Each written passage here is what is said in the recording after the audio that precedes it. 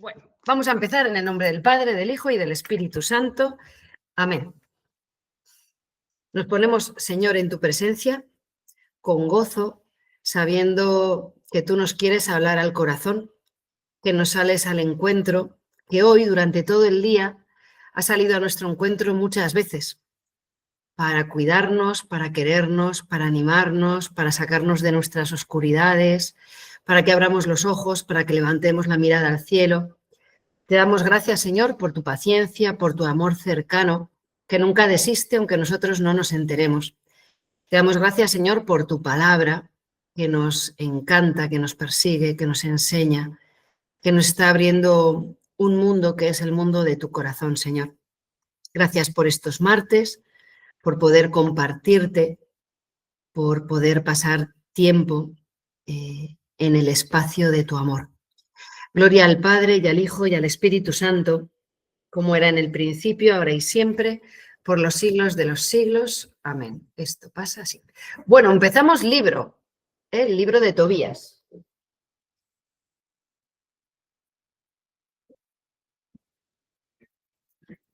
Bien, el truco de magia ha sido para apagar el móvil que estaba allá al otro lado. Bien.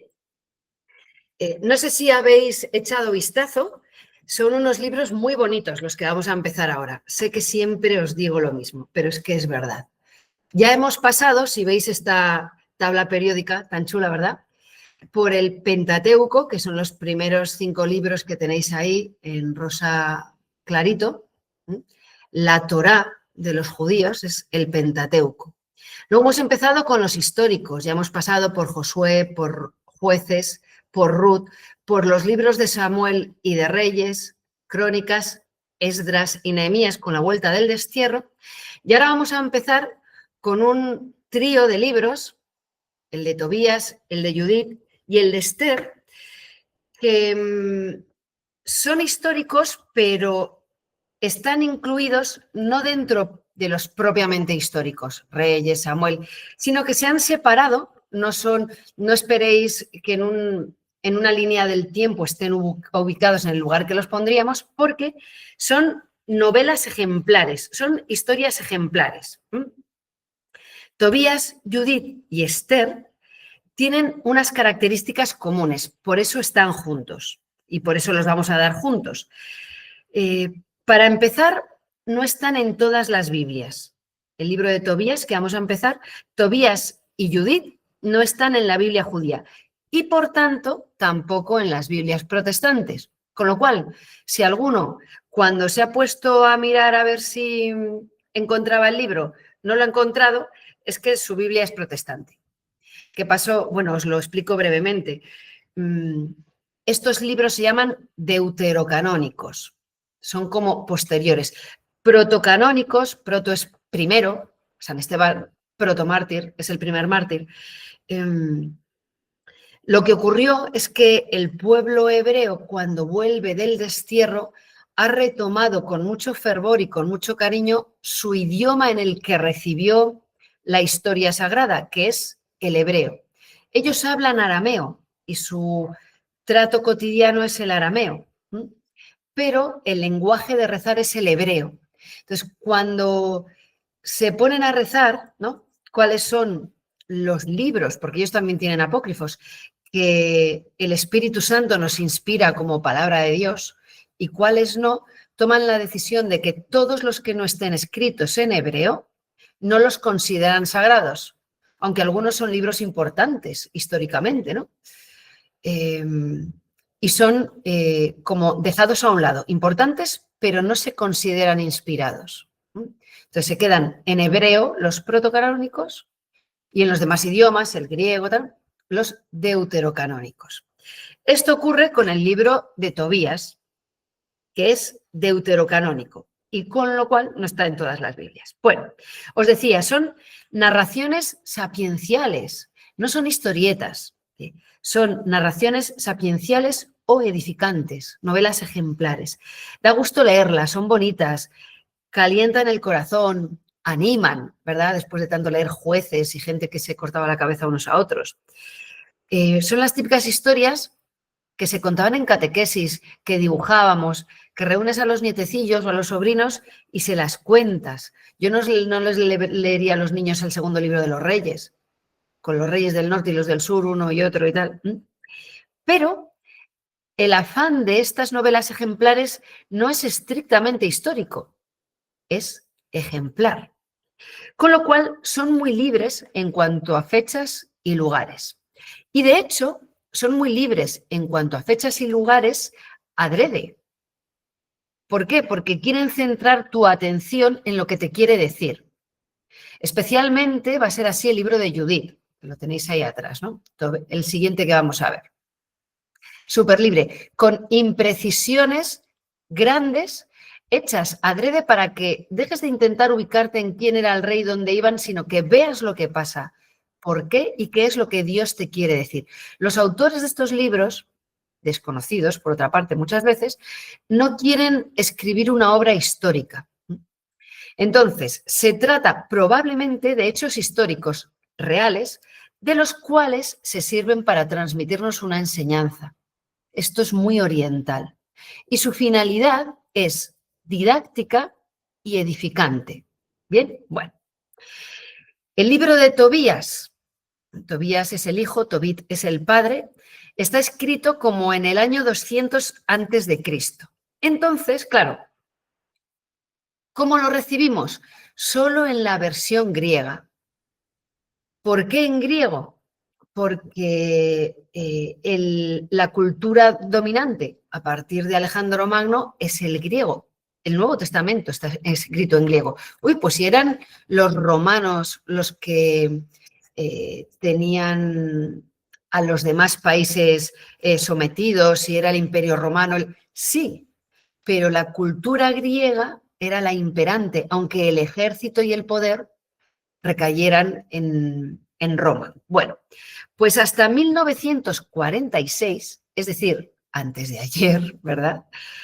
Solo conocíamos la versión griega. ¿Qué pasa? Ya lo sabéis. Un pastor en las cuevas de Qumran, cerca de Jericó, ¿no? por el desierto, se le cae una oveja por un agujero que no había visto. Entonces, él tira una piedra para saber si ha caído en un sitio muy profundo para intentar sacarla, y cuando tira la piedra oye romperse un cántaro. Uy, ahí hay algo. Hay ahora unas excavaciones que todavía siguen excavando y todavía siguen encontrando cosas. Ahí se han encontrado los papiros más antiguos escritos en hebreo de la Sagrada Escritura. El más antiguo que se ha encontrado, bueno, se han encontrado muchos, ¿no? El más antiguo que se ha encontrado del Evangelio es un fragmento del Evangelio de Juan, cuando está preguntándole Pilato, ¿y qué es la verdad? Ese del Evangelio, el más antiguo, ¿no? Bueno, pero ahí se encuentran precisamente en arameo y en hebreo el libro de Tobit, el libro de Tobías. ¿Qué quiero decir con esto? Pues que si lo llegan a conocer antes los judíos, ahora sería protocanónico. Da igual, es deuterocanónico. La Iglesia Católica, por encima de ese criterio que establecieron y por inspiración del Espíritu Santo, que se derrama en plenitud en Pentecostés sobre los apóstoles, y es la que decide y estructura con la ayuda del Espíritu Santo cuál es la palabra de Dios que va a ser transmitida, incluye el libro de Tobías. El autor de este libro, el autor anónimo, pues un judío, obviamente, un judío que vive en la diáspora, en el tiempo en el que el pueblo estaba sometido al imperio seleucida, es decir, a los griegos aquí. Es un judío de este tiempo, ¿vale? Veis que hemos dicho que en torno al 200 antes de Cristo y el imperio griego es del 300 y pico al 63 antes de Cristo. Entonces, está ahí incluido. Vive en la diáspora cuando el pueblo está sometido al imperio seleucida. Y no en aquellos momentos que eran tan fáciles, sino, ya lo sabéis porque hemos leído el libro de los Macabeos, que era un momento en el que el pueblo hebreo encontraba dificultades para llevar una vida religiosa. Esto está muy bien porque estamos en un momento social en el que a nosotros a lo mejor también nos resulta difícil vivir una vida entregada a Dios coherente. ¿Nos matan? Bueno, en algunos sitios sí. Gracias a Dios, ahora mismo en España, por ahora, no. Ahora bien, tú llegas a un restaurante con tus amigos y cuando pides al camarero dices, es que me he hecho vegano, y casi te pone una alfombra. De, qué curioso, qué admirable, qué sacrificado, fíjate, y eso se tiene en cuenta en los restaurantes. Y tú dices que es viernes de Cuaresma y haces abstinencia y no tomas carne y se ríen en tu cara. La persecución, por ahora, no es tanto violenta, sino burlona, distinta, ¿vale? El caso es que muchas veces este condicionamiento social nos supone una dificultad, ¿no?, para vivir con tranquilidad y con espontaneidad una vida entregada a Dios. Y parece que tienes que ocultar que llevas un noviazgo vivido en castidad, o tienes que ocultar pues tantas cosas a la hora de vivir una vida profesional o una vida familiar. Bueno, una mini persecución, ¿vale? Pero persecución al fin y al cabo. Con lo cual este libro nos puede ayudar. El autor, este judío, conoce a la perfección las tradiciones y además escribe muy bien y nos las va a explicar muy bien. Es muy cortito, hoy vamos a ver el inicio, pero solo tiene 14 capítulos, lo cual también hace que la lectura no sea pesada y que sea muy interesante y encantador. Os lo voy a destripar de inicio para que luego cuando lo vayamos leyendo lo vayamos entendiendo. Es la historia familiar de Tobit, os lo he puesto ahí. Tobit es el padre, un hombre, un judío deportado de la tribu de Neftalí. Yo no sé si os acordáis de las tribus. Neftalí, su nombre significa el que lucha contra Dios o luchando contra Dios. Sus padres son Israel, es decir, Jacob, y Bilhá, que es la criada de Raquel, de la esposa amada. Bueno, es un hombre piadoso, observante, caritativo, y la cosa es que se va a quedar ciego. Y tiene un pariente que se llama Raúl, el cual tiene una hija llamada Sarra, o Sara, depende de la traducción, que tiene una maldición. Tiene una hija única y maldita. Está como atrapada por un demonio que tiene nombre, Asmodeo. Bueno,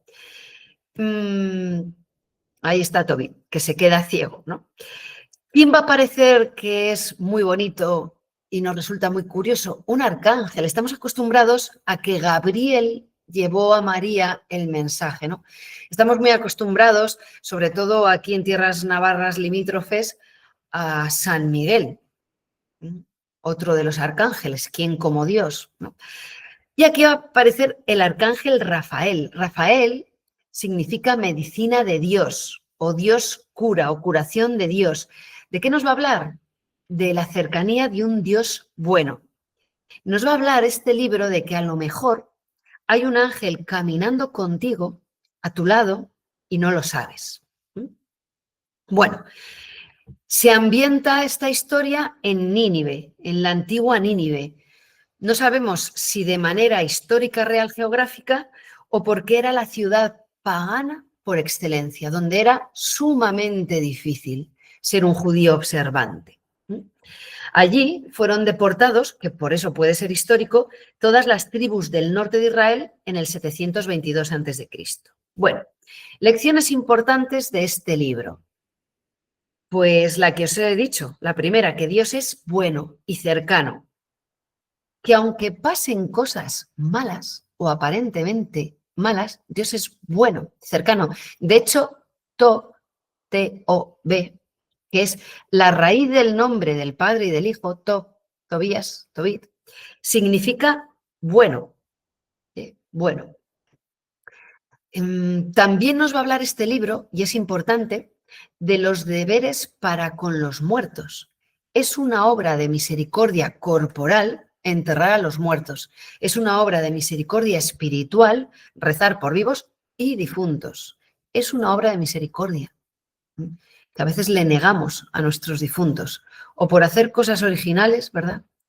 Y si es una obra de misericordia, es que forma parte no solo de la antigua alianza, que es donde estamos, sino de la nueva. Otro tema importante que va a tratar y que hoy he estado hablando con las catequistas de Corella, el tema de la limosna. Es un tema recurrente en la escritura y muchas veces me preguntáis de esto. Quien da limosna siempre acierta. Y si el otro me ha engañado, pues es el otro el que no acierta. Pero tú la limosna te justifica ante Dios. Y además hace un bien a la otra persona. Una limosna hace bien a dos personas, al que la da y al que la recibe. El que la recibe porque recibe la providencia y el amor de Dios a través de esa persona, y el que la da porque ha asistido a Cristo pobre. Y si el otro le ha engañado, él ha asistido a Cristo pobre. Y seremos juzgados, ahora que estamos con las lecturas apocalípticas del Adviento, por lo que dimos a los pobres, por lo que les acompañamos, por lo que les consolamos. Entonces, siempre que das una limosna, siempre aciertas. Y tienes un tesoro en el cielo. Pase lo que pase por el otro lado. Y vamos a hablar de esto, ¿no? Otra lección importante, que Dios escucha nuestra oración siempre. Pues no ha hecho nada, pues no he sentido nada, pues no he visto una luz, pues no se ha parado. Dios escucha siempre y actúa siempre, pero sus tiempos no son los nuestros. Otra lección importantísima de este libro, que Dios pone ángeles para que nos ayuden y nos protejan. De hecho, aquí no pone a cualquier ángel, es el arcángel Rafael. Los ángeles están divididos, como en estratos, porque están divididos por su labor. No es porque cobro más, cobro menos o tengo más días de vacaciones. Eso es nuestra manera a veces un poco ruin, ¿no?, de mirar las cosas. Según su servicio, según su servicio. Y hay arcángeles. Y aquí va a estar Rafael, sanación de Dios. Otra lección súper importante, llevamos unas cuantas, que se puede ser fiel en un ambiente adverso. Esto se lo decís a vuestros hijos adolescentes. Es que todos hacen, pues tú no. Es que si todos hacen, pues tú no. Se puede ser honrado en tu empresa, pero si nadie lo es, pues se van a reír de ti. Puede. O en el hospital, o en la universidad, o en clase. Se puede. No digo que sea fácil, pero incluso en un ambiente adverso, se puede y se debe ser fiel. Ya hemos leído todos los libros de los Macabeos. Otra lección importante, Dios está actuando en todo momento. En todo momento, Dios no se va de vacaciones, Dios no descansa, está actuando en todo momento, pero no siempre es perceptible lo que está haciendo a nuestro conocimiento, a nuestra vista, ¿no? Este libro tiene además ideas muy adelantadas sobre el matrimonio, muy cercanas a nuestra espiritualidad cristiana. Y de hecho, es muy aleccionador saber que nos enseña lo que está ocurriendo, que el demonio ataca la sociedad humana fundamental, que es el matrimonio, la sede del amor a partir de la cual surge la familia, que es el amor entre los esposos. ¿Hacia dónde van las tentaciones ahora a saco? ¿Qué es lo que intenta el demonio destruir? La familia. ¿Dónde hay que atacar? A la sede de la vida natural, que es la mujer, y al amor entre el hombre y la mujer. Y nos hablará, de hecho, de la importancia que tiene el rezar y el rezar juntos, el matrimonio, el rezar juntos. Bueno, pues empezamos con el capítulo 1, que dice, historia de Tobit, hijo de Tobiel, ¿no?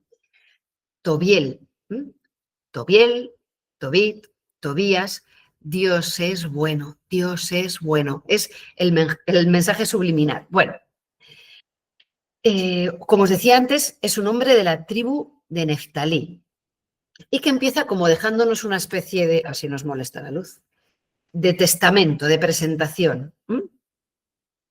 A ver, yo Tobit, dice el versículo 3, He andado por caminos de verdad y justicia todos los días de mi vida y he repartido muchas limosnas entre mis hermanos y compatriotas deportados conmigo a Nínive, el país de los asirios.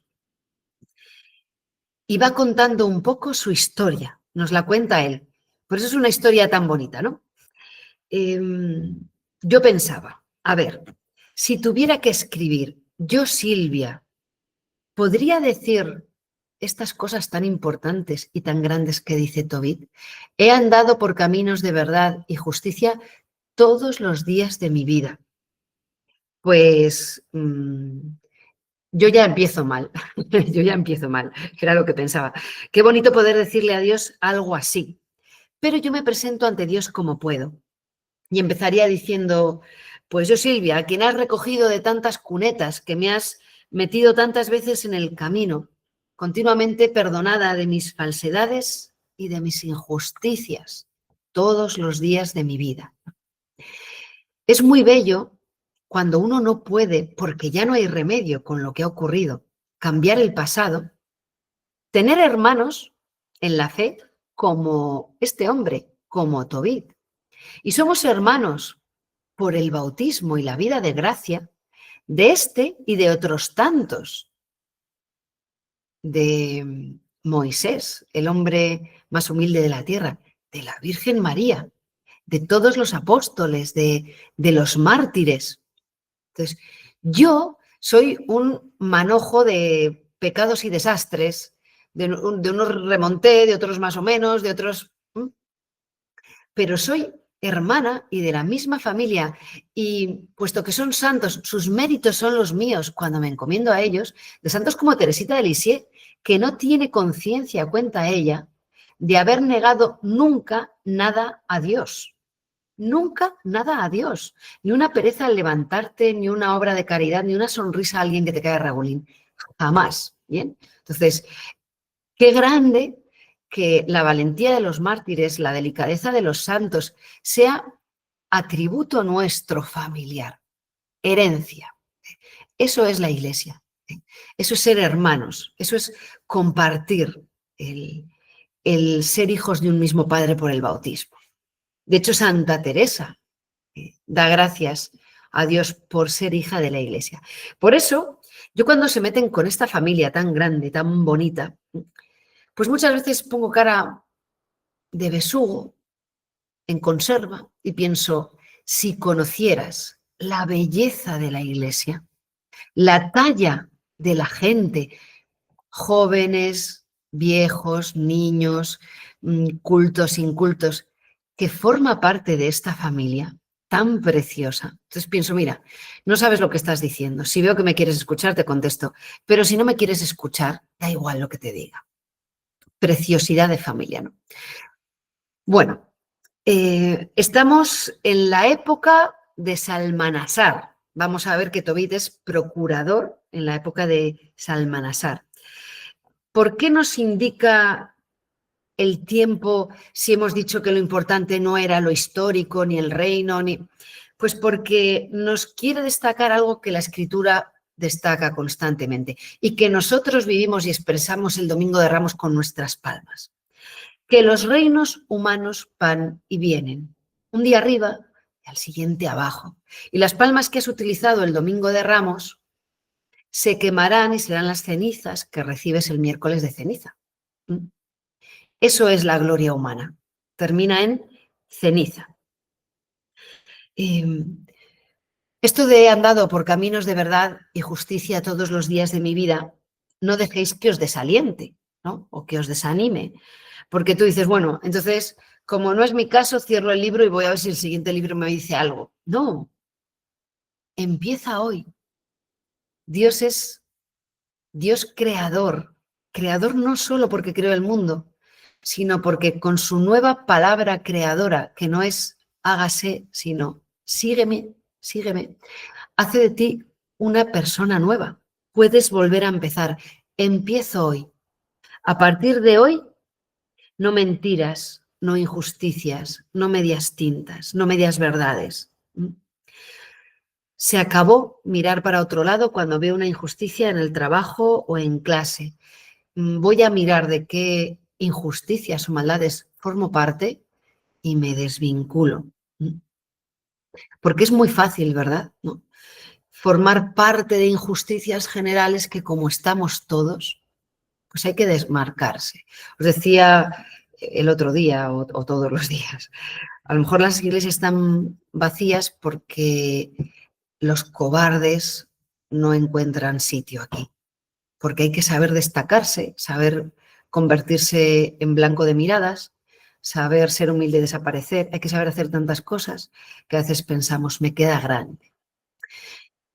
Pues todos los días de mi vida, empiezo hoy. Hoy empiezan todos los días de mi vida que quedan por venir. Pues empiezo hoy. Y luego os he puesto ahí en negrita lo de todos los días de mi vida, porque a todo el mundo le resulta fácil ser bueno alguna vez y con alguien. Pero no hablamos de eso. No hablamos de ser buena persona. Todo el mundo es buena persona alguna vez, o en general, o medianamente. Estamos hablando de ser santos, buenos siempre y con todos. Una buena persona a la que tratas fatal te responde con distancia, porque es lo humano, lo lógico y lo comprensible. Solo un santo es capaz de saltar por encima y perdonar cosas como las que hemos visto que perdonaban, bueno, pues como Jesús en la cruz, San Esteban protomártir con las piedras, los macabeos, todos los santos, ¿no? Bueno, estamos hablando de santidad, no de buenas personas. De hecho, os lo digo muchas veces, hay buenas personas que no tienen fe, ni la quieren tener. Y esto es que es importante. Esto de no colaborar con las injusticias humanas, yo creo que os he hablado alguna vez del Nobel de Literatura del 72, de 1972, Alexander, algo así como Solzhenitsyn, vale. Él dice que el acto de coraje más sencillo de un hombre sencillo es no participar en la falsedad, no apoyar falsas acciones. Dice que el mundo se entregue a eso, que reine incluso en el mundo, pero no con mi ayuda. Bueno, pues ahí tenemos a Tobit, que dice, he repartido muchas limosnas, lo que os decía, delante de Dios no hay engaño. Si das, no te equivocas. Tú si das, no te equivocas. El que recibe será otra cosa. Es el único que cumplía, Tobit cuenta, ¿no? Que es el único que cumple con las normas judías, con las normas de fe. Y es importante cumplir con las normas de la fe, las que dio Moisés, las que te vinculan a través de medios pequeños a la grandeza de Dios. Bueno, él, pese a estar en un ambiente adverso, él obra bien, aunque sea el único que hace algo bien. No come manjares impuros, da pan y vestido a los pobres, sepulta a los difuntos, todo tal y como está prescrito por la ley. Con lo cual vemos que no todos en el norte, porque es del reino del norte, deportado del reino del norte, no todos fueron infieles en el norte. Decíamos, no se puede generalizar. Nos cuenta además más cosas, nos cuenta suyas. Él es huérfano de padre, tiene un solo hijo, uno solo, es procurador de Salmanasar y es denunciado. ¿Por qué es denunciado? Pues porque la rectitud delante de Dios nos trae problemas. Y te toca elegir entre pasar desapercibido en el mal general haciendo lo que todo el mundo hace para que nadie te mire o ser recto delante de Dios. Y él es recto delante de Dios. Cuando tú haces algo bien y el otro no lo está haciendo, se siente denunciado. Aunque no abras la boca, aunque no digas nada. Tú no criticas, tú no robas. Imagínate que trabajas en unos grandes almacenes y os juntáis los 6 cajeros que sois al final del día y cada uno hace su trampita, todos juntos la misma. Y tú dices, yo no. Los otros 5 se van a sentir molestos, te van a mirar mal y son ellos los que están obrando mal, pero es a ti al que van a mirar mal. Cuando eres el único que se atreve a hacer algo bien en un ambiente en el que los demás no se atreven, pues problemas, acusaciones, rechazo. De hecho, a Tobit le quieren matar por enterrar a los muertos. Al final es, ¿qué eliges? ¿A Dios o a ti mismo? Pues Tobit elige a Dios. A ellos he puesto unas cuantas citas sobre la limosna. Eclesiástico, Proverbios, Isaías y del Nuevo Testamento, Mateo y Hechos. Al que te pida, dale, y al que desee pedirte prestado, no le vuelvas la espalda. Bueno, ya hemos hablado de la limosna. A nuestro amigo le va muy mal, muy mal. Le confiscan todo lo que tiene, le confiscan todo. Nada se quedó sin conquistar para el tesoro real de Sennacherib, que era el primer rey con el que está, excepto su mujer Ana y su hijo Tobías. Él es deportado, se lo llevan fuera, le quitan todo y todo pasa al tesoro de Sennacherib, si lo habéis leído. Pero Sennacherib dura en el trono 40 días. Es un rey de Asiria, pues que con la inestabilidad de ahora me pongo yo, ahora tía, bueno, que cuando no reina Dios, reina la ley del más fuerte. Después de Sennacherib viene otro rey que se llama Asaradón, el que os he puesto ahí, ¿no? Rey de Asiria. Y Asaradón hace muchísimas cosas, reconstruye Babilonia, anexionó el Bajo Egipto, bueno, hace muchas cosas. Pero nos cuenta Tobit que Asaradón pone como jefe de finanzas a un hombre que se llama Ajicar. Este Ajicar es sobrino de Tobit. Debía ser un hombre importante porque ya era encargado de las finanzas del reino en tiempos de Sennacherib. Llega a Saradón y se queda. Debía ser muy buen ecónomo. Los judíos, los hebreos, se han caracterizado siempre por ser muy trabajadores, muy buenos trabajadores y muy buenos ecónomos. En España, cuando fueron expulsados, tenían una capacidad adquisitiva y una expansión económica tremenda. Y si te pones a mirar los grandes empresarios, yo qué sé, cinematográficos, ¿no? Disney, judío. O sea, siguen siendo, tiene una potencia empresarial grandísima.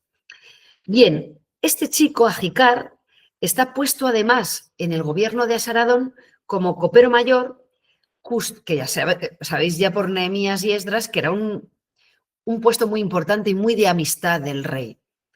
Además, custodio del sello real, las órdenes del rey para que no fueran falsificadas, uno guardaba con su vida el sello real con el que lacraban. Y bueno, y administrador de finanzas. Al estar este chico, este hombre, como preferido del rey, favorece a su tío, a Tobit, y puede regresar a Nínive. Es tremendo, ¿no? Porque en Nínive ya estaba en el destierro. Y esto es el destierro del destierro. Y él llama ya volver a casa, volver a Nínive. Dice el versículo 12, me acordaba de Dios con toda mi alma. Ese es Tobit, lleva en el corazón al Señor. Me acordaba de Dios con toda mi alma. Y vamos a pasar al capítulo 2. Uy, que lo he perdido. Un momento. Vamos a ver, perdonadme. El capítulo 2, que ya sabemos en qué reino estamos, en el de Asaradón, dice que puede volver a casa. Me devolvieron a mi mujer, Ana, y a mi hijo Tobías. Y se ponen a comer en la solemnidad de Pentecostés. Nuestra solemnidad de Pentecostés, que es la santa solemnidad de las semanas, me habían preparado una excelente comida y me dispuse a comer. Tenéis ahí la fiesta de Pentecostés en el mes de Sivan, que es nuestro mayo-junio. Es la fiesta de la cosecha. Se dispone a comer Y antes de eso, antes de ponerse a comer, ya a la hora de sentarse a la mesa, manda a su hijo Tobías a buscar a algún indigente de entre sus hermanos deportados para sentarle a la mesa. Dar de comer al hambriento. Os he puesto aquí las 7 obras de misericordia corporales y espirituales. Y ya vemos cómo Tobit, la de enterrar a los muertos, espiritual, la está cumpliendo jugándose la vida. Pero no es lo único que hace. Ahora va a dar de comer al hambriento. Nos habla de una calidad de persona que comparte con los que no tienen. Así que envía a su hijo Tobías y cuando viene Tobías y le dice que hay un hermano suyo que ha sido asesinado y está allí tirado en la calle, él se levanta sin comer y se va a buscar el cuerpo de su hermano para meterlo en algún lugar y enterrarlo cuando corresponde, a escondidas, al atardecer, al anochecer. Lo primero, o sea, vas a cenar. La cena está buenísima y tienes hambre. Y te dicen, uy, es que hay alguien que... ¿Y qué hace Tobit? Se levanta dejando la cena en la mesa. Nosotros cuando decimos, a ver, lo primero es lo primero, ¿a qué te estás refiriendo? Generalmente a mí, mi tiempo, mi descanso, mi honra, quedar yo por encima, que a mí se me... Para Tobit lo primero es lo primero y lo primero es Dios. Y por encima de que sea la hora de cenar o tenga hambre, o sea, por encima lo que Dios me ha pedido, las obras de la misericordia. Primero la caridad o primero yo. Al final, la caridad te libera de una esclavitud, que es la de mí, yo, mí, me, conmigo, lo que me apetece o lo que quiero. Y soy capaz de gobernar mi reino interior. Y aun teniendo la comida ahí, teniendo hambre, me voy a hacer lo que tengo que hacer. Me voy a hacer lo que tengo que hacer ante Dios. Bueno, os decía, somos muy esclavos de nuestras necesidades y vivimos con temor a enfermar, a tener hambre, a sentir cansancio. Y la Iglesia, que es madre, con pequeñas enseñanzas y con la palabra de Dios que nos ofrece, nos invita a liberarnos de ese miedo y a coger las riendas. Y llegará el viernes de Cuaresma o el Viernes Santo y habrá que hacer ayuno.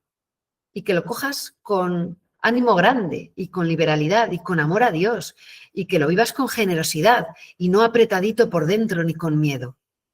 Y qué bonito cuando el corazón logra hacer eso, siente hambre, sí, el cuerpo, todo el hambre del mundo o dolor de cabeza, pero un gozo tan grande de haber hecho una cosa pequeña por Dios. Pero estamos tan acostumbrados a ponernos en el centro de todo, de mi salud, mi descanso, mi sueño, mi espacio, mis vacaciones. Jesús no tenía tiempo ni de comer. Y alguna vez que se fue a descansar con los apóstoles, dice, venga, vamos a la otra orilla y allí descansamos y hablamos un rato. La gente se da cuenta, se recorre a pata, corriendo, bordeando el lago hasta el otro lado para escucharle. Y cuando Jesús les ve como ovejillas sin pastor, a la porra al descanso, se pone a predicarles, ¿no? Primero la caridad. Y cuando ya por fin se sienta a la mesa, come con aflicción, con dolor de corazón. ¿Por qué? Porque no le da igual. Porque lo que pasa le angustia, porque él no está haciendo esto porque sea una obligación, sino que le pesa en el corazón ver cómo no conocen a Dios, cómo los hermanos son asesinados, cómo están en el destierro, cómo han perdido. Come con aflicción de corazón por lo que está pasando. Porque encima, al ver que entierra a los muertos, no le van a ayudar, encima se van a reír de él y los otros le van a denunciar. Qué pena, ¿no? Qué pena. Con aflicción le importa. Y mientras tiene en su palabra, dice, las palabras del profeta Amós, que dice, convertiré vuestra fiesta en lamento y en elegía todas vuestras canciones. Es que la verdadera alegría nace del estar unido a Dios y es justamente la alegría que al pueblo le falta en este momento. Bueno, cuando él se dispone a comer y con aflicción, fijaos que dice, vinieron a mi mente las palabras del profeta. ¿Y yo qué palabras tengo en la mente? Porque constantemente en nuestra mente hay palabras. ¿Qué palabras hay en tu mente? Suelen ser proyecciones de futuro. Tengo que ir a no sé qué, porque a ver si me da tiempo a no sé cuál, porque es que claro, tengo que pasar por, es que claro, tenía que pasar por Iberdrola, pero es que claro, tendría que, pero a ver si me da tiempo porque va a venir Menganita o lo que me ha pasado, vaya bronca en el trabajo, fíjate lo que me ha dicho y están en tu cabeza los ecos de te han llamado incompetente, te han... ¿Qué palabras guardas tú en tu corazón? Y si hasta hoy no las has elegido, empieza a elegirlas. Tobit tiene en su mente y en su corazón las palabras del profeta. ¿Yo en qué pienso? Cuando dejo el cerebro en punto muerto, había un anuncio en la radio que decía, ¿en qué piensas mientras friegas? Porque nadie está pensando en cojo el jabón y el estropajo y restriego la cuchara con pasión. Estás pensando en otra cosa. Pues en eso que estás pensando es lo que te importa. Pues que pongamos en nuestra mente las palabras de los profetas, los salmos, la palabra de Dios, la lectura del Evangelio del domingo. Bueno, el caso es que arriesgando su vida, coge al hermano, cavó una fosa y lo enterró. Dice en el versículo 7, y lloré, y lloré.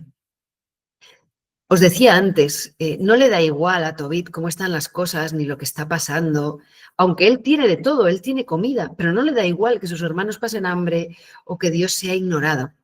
Tenemos a veces un poco como la idea absurda de que el que es de Dios, el que está cerca de Dios y vive como Dios manda, no sufre o no llora o no se entristece. Pues precisamente vivir cerca de Dios es dejar que te cambie el corazón de piedra por uno de carne. Y yo me atrevería a decir que se sufre más. Es lo que tiene un corazón de carne, que se puede lastimar. El corazón de piedra no duele.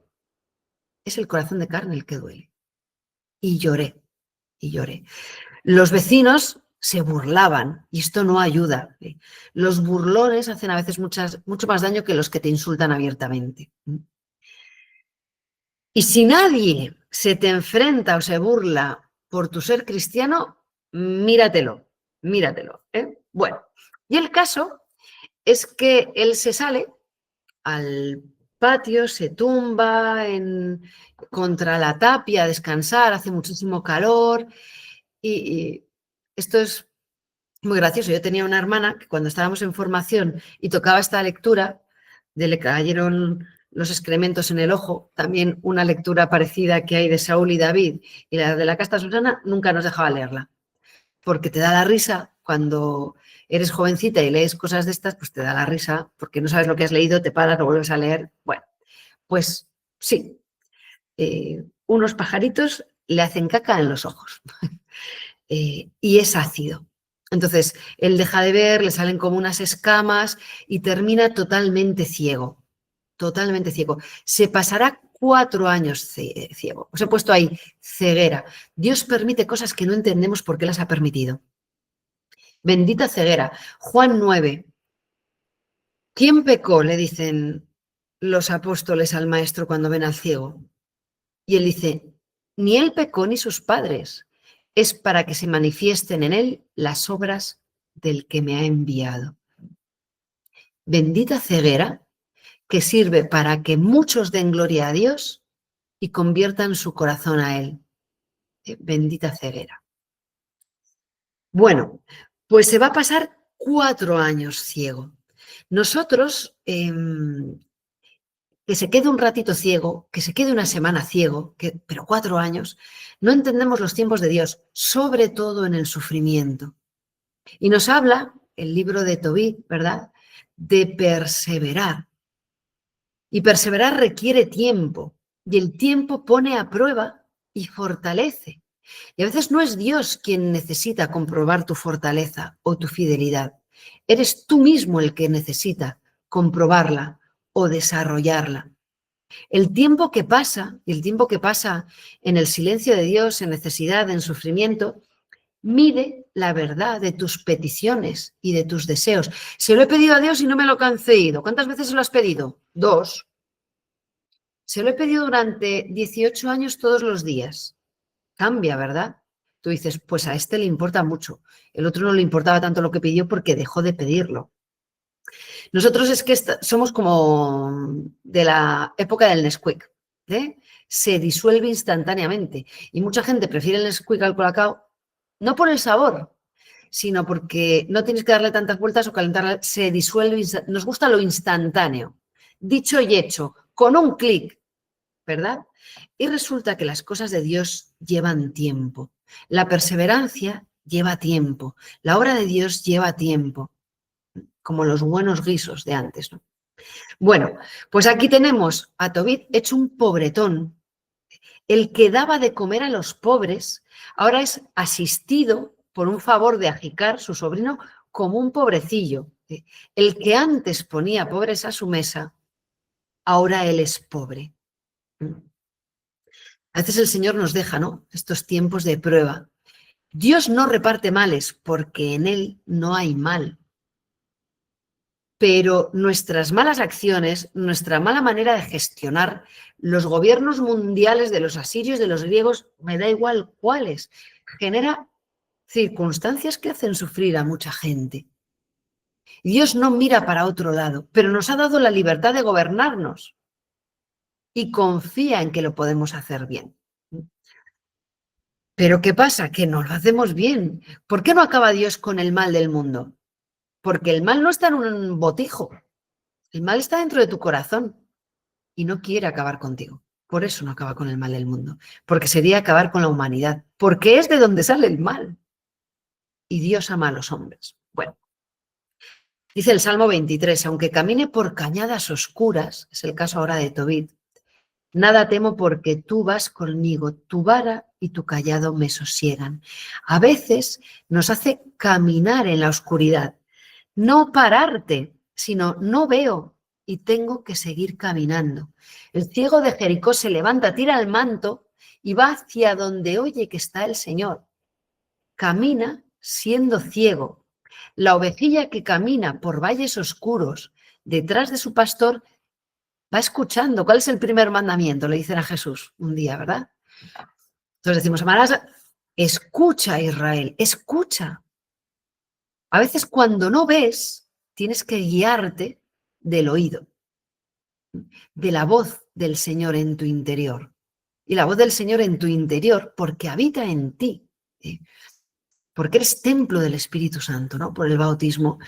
Te habla y te dice por dónde, y te dice no te preocupes, y te dice te quiero. Nosotros en la oscuridad, caminando, a veces sufrimos y no vemos. Y el salmista del salmo que os he leído, del buen pastor, nos da la clave. Sigue caminando, no temas.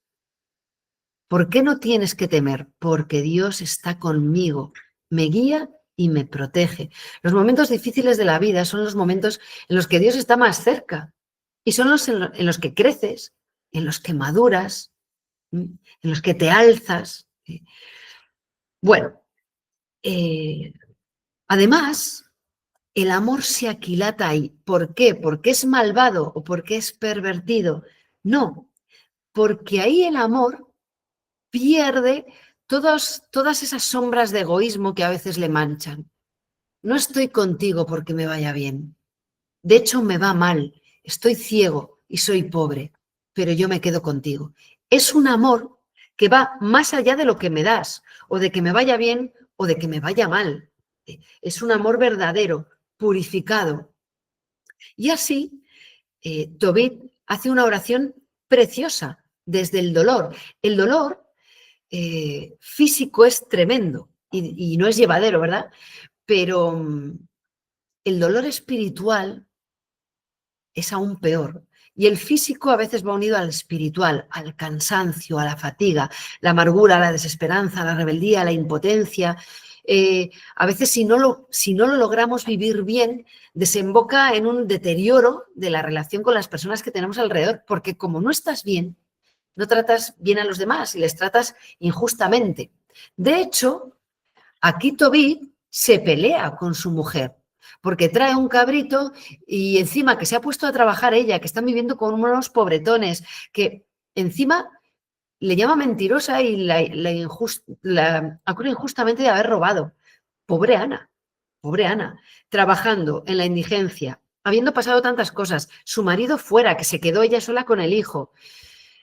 A veces las personas no quieren hacer daño a otras personas, pero la propia herida, la propia angustia, te hace reaccionar mal y abrir grietas en las relaciones y enfrentarte al otro desde tu dolor, y el otro reacciona desde el suyo, y eso es daño sobre daño y todo empeora. Y no quieres hacer daño, pero lo haces.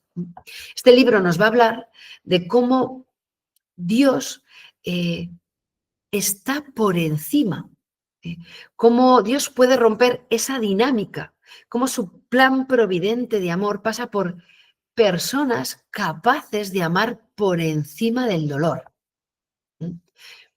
¿Cómo leemos el Antiguo Testamento? Desde Cristo. La perfección de todo lo que leemos en la Antigua Alianza, Cristo amándonos en la cruz.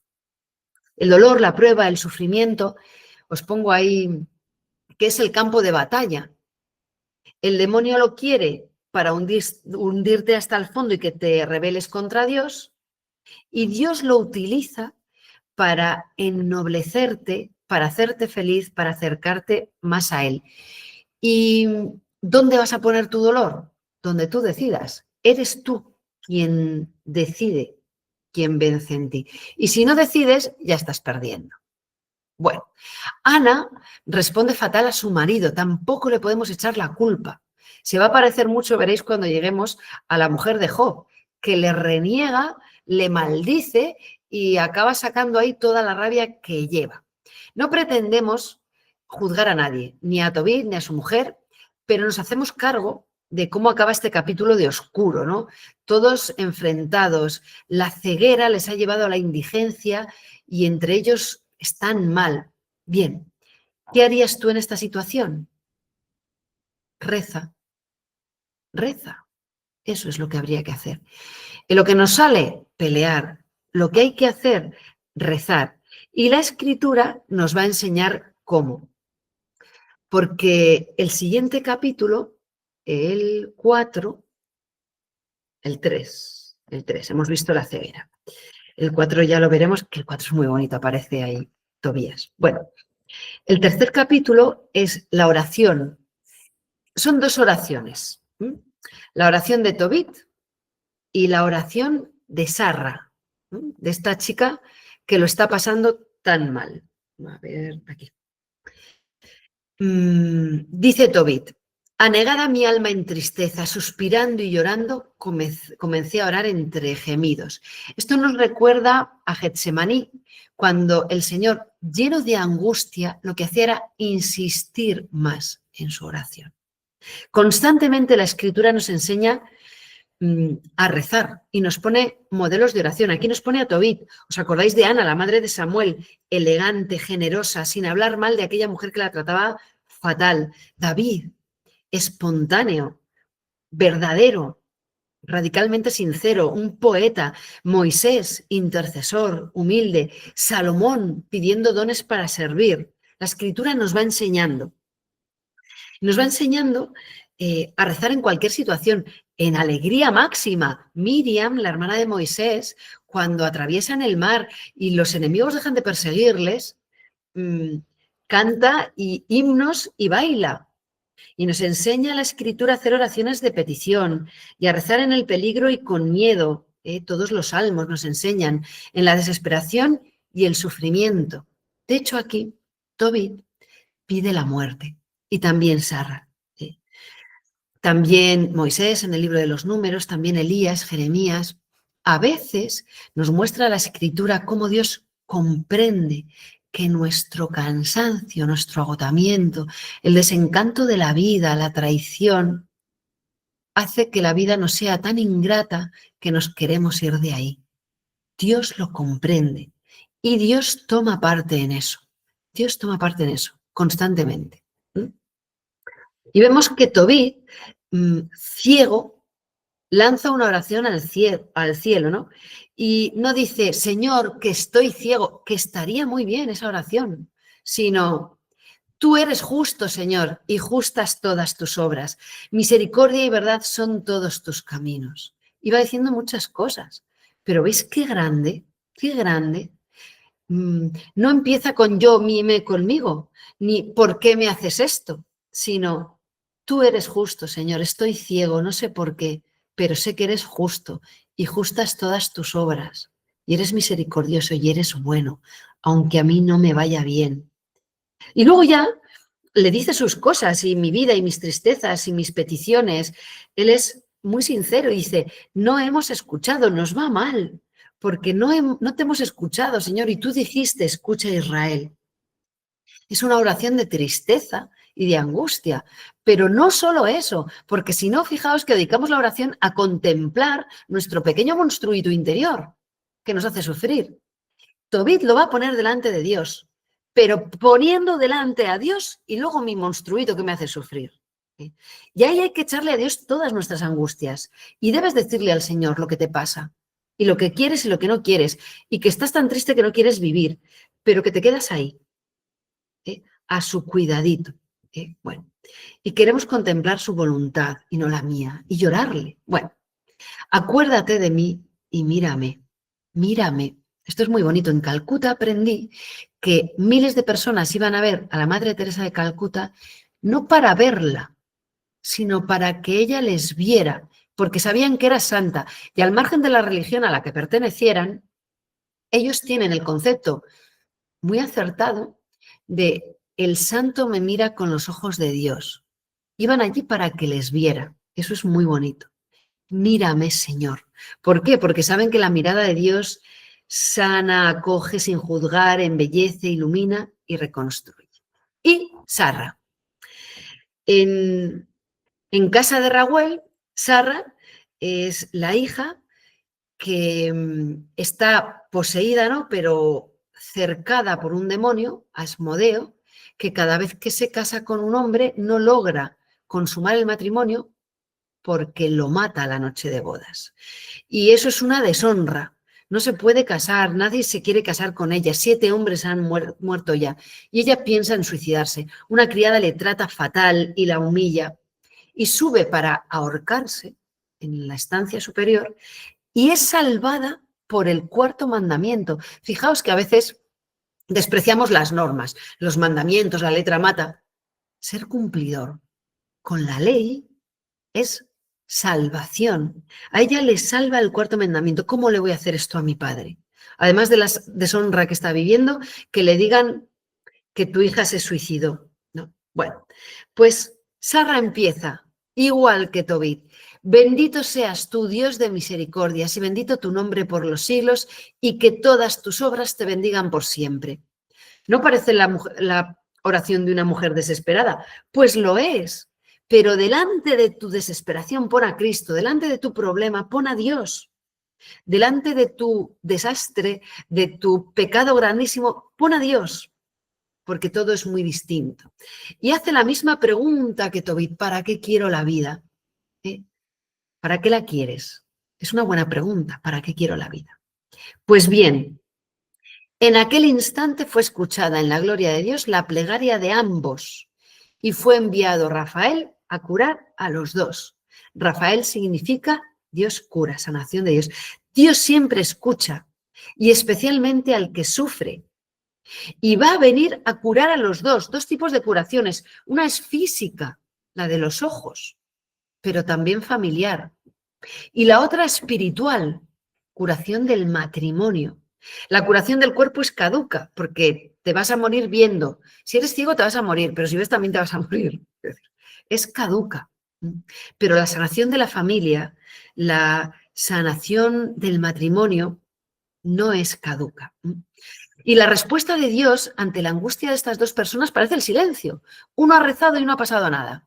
El otro ha rezado, no ha pasado nada. Sí ha pasado, Dios ha enviado al arcángel, a Rafael. La respuesta de Dios al grito del pueblo en Egipto fue Moisés, y Moisés tuvo que salir de Madián, ir andando y llegar hasta Egipto. Ahora es Rafael, pero Dios siempre responde, a lo mejor no como tú querías, pero puedes tener la certeza de que Dios escucha y de que ya está actuando. Así que te damos gracias, Señor, porque escuchas nuestras plegarias, porque ves nuestro corazón, porque no eres indiferente a lo que nos ocurre, porque envías a tus ángeles, Señor, que nos asisten en el camino. Te damos gracias, Señor, por todo lo que haces por nosotros en cada momento y no lo vemos, por todo tu amor que nos mantiene en la existencia y mantiene al mundo en el ser y no lo vemos. Perdona, Señor, nuestra ingratitud y danos un corazón confiado, que aprendamos a ver en cada momento, a revisar en el día de hoy cómo nos has querido, cómo nos has cuidado, cómo nos has hablado, cómo nos has salido al encuentro.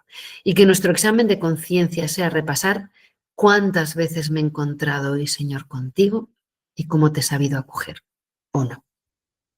Gloria al Padre y al Hijo y al Espíritu Santo, como era en el principio, ahora y siempre, por los siglos de los siglos. Amén.